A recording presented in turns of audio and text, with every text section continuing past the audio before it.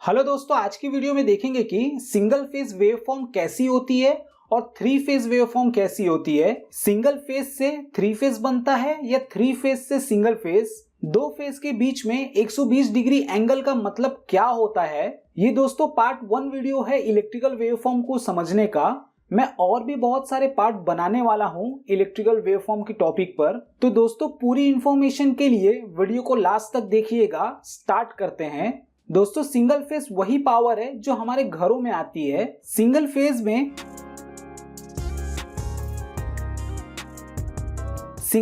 में दो वायर होता है, एक फेज एंड दूसरा न्यूट्रल। फेज में से दोस्तों करंट इन होता है और न्यूट्रल में से आउट होता है। मतलब न्यूट्रल खाली रिटर्न पाथ प्रोवाइड करता है, करंट को वापस जाने का रास्ता देता है। तो दोस्तों यहाँ पर इंपॉर्टेंट और मेन वायर कौन सा है? Phase wire. और फेज के कितने वायर है? यहाँ पर खाली एक वायर है। जहां पर खाली एक फेज होता है उसको सिंगल फेज सप्लाई बोलते हैं। सिंगल फेज की वेवफॉर्म कैसी होती है मैं आप लोगों को बना के दिखाता हूं।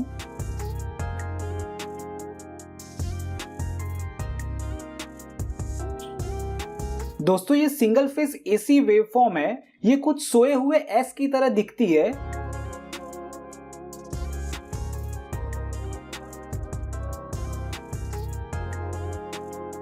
Single phase AC waveform 0 volt से स्टार्ट होती है। 0 वोल्ट से स्टार्ट हो करके इंक्रीज होती है धीरे धीरे 10 volt, 20 volt, 30 volt, 100 volt, 110 volt, ऐसे करते करते 230 वोल्ट तक जाती है। पॉजिटिव 230 वोल्ट पहुंचने के बाद वोल्टेज कम होना स्टार्ट हो जाता है। जैसे 220 वोल्ट, 210, 200 वोल्ट, ऐसे कम होते होते वापस 0 वोल्ट पे आ जाता है। इस पार्ट को दोस्तों हम लोग पॉजिटिव साइकिल बोलते हैं। मतलब 0 वोल्ट से स्टार्ट होके 230 वोल्टेज तक गया, फिर वापस 0 वोल्ट तक आया, इसको हम लोग पॉजिटिव साइकिल बोलते हैं। पॉजिटिव साइकिल खत्म होने के बाद दोस्तों जो वोल्टेज होता है वो नेगेटिव में जाना शुरू हो जाता है। जैसे -10 वोल्ट, -20 वोल्ट, -30 वोल्ट, ऐसे करते करते -230 वोल्ट तक जाता है वोल्टेज। फिर दोस्तों वोल्टेज कम होना शुरू हो जाता है, -220 वोल्ट, -200 वोल्ट, ऐसे करते करते वापस 0 वोल्ट पर आ जाता है। तो इस पार्ट को दोस्तों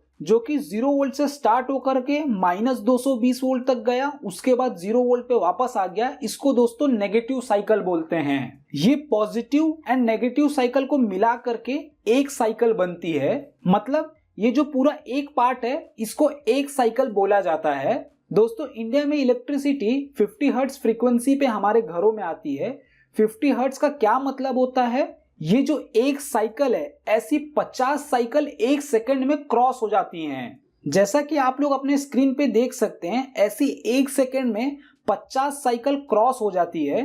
तो दोस्तों एक साइकिल का टाइम कितना होता है? 20 मिली सेकेंड। मतलब 50 हर्ट्ज की फ्रीक्वेंसी में एक साइकिल को क्रॉस होने के लिए 20 मिली सेकेंड का टाइम लगता है। ये तो बात हो गई सिंगल फेज की वेवफॉर्म की। अब हम लोग थ्री फेज के बारे में भी समझ लेते हैं। दोस्तों जैसा कि सिंगल फेज का क्या मतलब था कि एक फेज है, सेम वैसे ही थ्री फेज का मतलब होता है 3 फेज हैं।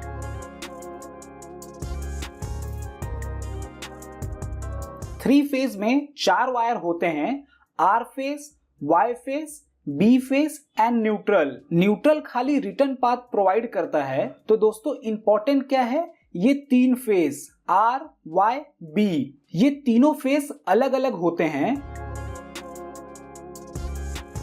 दोस्तों ये नहीं कि एक ही फेज में से 3 अलग अलग वायर निकाल दिया और इसको बोलने लगे ये 3 फेज है। थ्री फेज का मतलब क्या होता है कि तीनों फेज अलग अलग हैं। एक आर हो गया, वाई हो गया और बी हो गया। अब दोस्तों हम लोग थ्री फेज की वेवफॉर्म भी देख लेते हैं।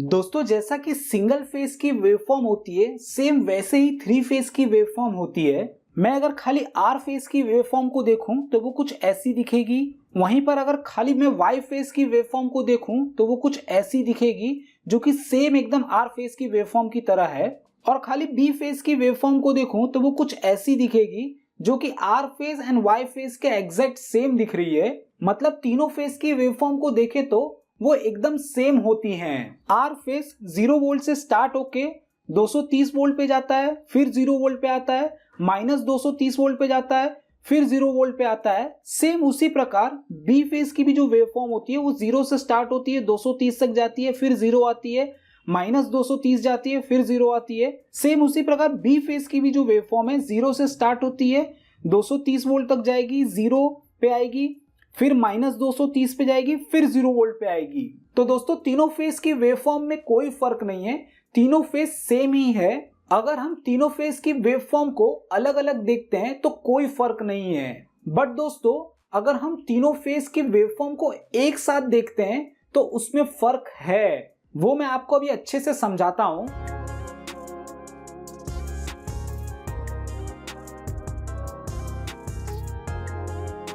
दोस्तों आर वाई बी तीनों फेज की वेवफॉर्म सेम होती है, बट वो एक दूसरे से आगे पीछे होती हैं। सबसे पहले आर फेज की वेवफॉर्म स्टार्ट होती है, उसके कुछ मिलीसेकंड बाद वाई फेज की वेवफॉर्म स्टार्ट होती है, उसके फिर कुछ मिलीसेकंड बाद बी फेज की वेवफॉर्म स्टार्ट होती है। दोस्तों तीनों फेज की वेवफॉर्म एकदम सेम होती है, बट वो एक साथ स्टार्ट नहीं होती।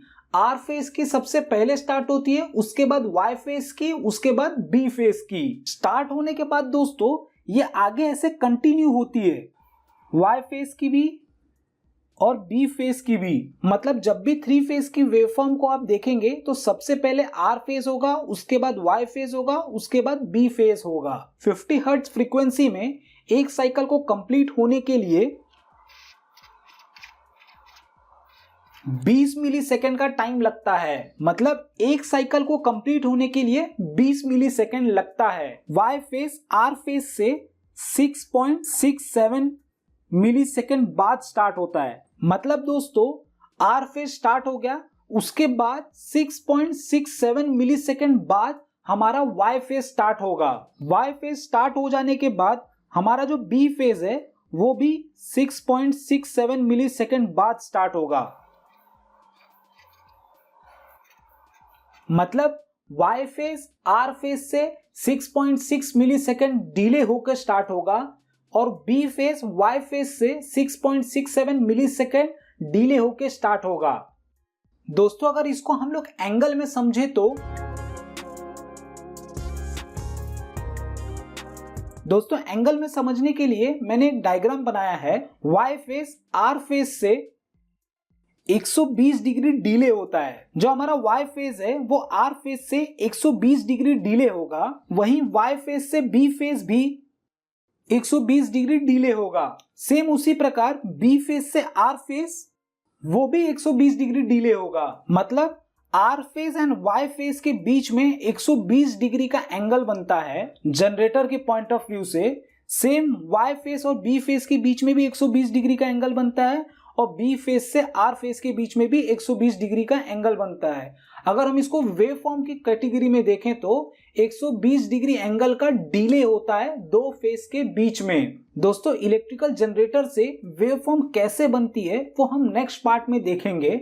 दोस्तों ये तीनों वेवफॉर्म को अगर एक साथ मिला दिया जाए तो वो कैसी दिखेंगी। दोस्तों जैसा कि आप लोग देख सकते हैं आर वाई बी ये सारी वेवफॉर्म एक साथ हैं। आर के स्टार्ट होने के बाद वाई फेज स्टार्ट होता है, फिर बी फेज स्टार्ट होता है। तो दोस्तों 3 फेज में से सिंगल फेज बनता है। मतलब 3 फेज में से कोई एक फेज हमारे घर पे आता है उसको हम लोग सिंगल फेज बोलते हैं। तो 3 फेज से सिंगल फेज बनता है। इस चीज को मैंने सिंगल फेज एंड 3 फेज वाली वीडियो में अच्छे से समझाया है। आप लोग अपना नॉलेज इंप्रूव करने के लिए ये वीडियो देख सकते हैं। तो दोस्तों आज की वीडियो में इतना ही देखेंगे। आप लोगों को वीडियो कैसी लगी प्लीज मुझे लाइक करके एंड कमेंट करके जरूर बताइएगा। मिलते हैं नेक्स्ट वीडियो में।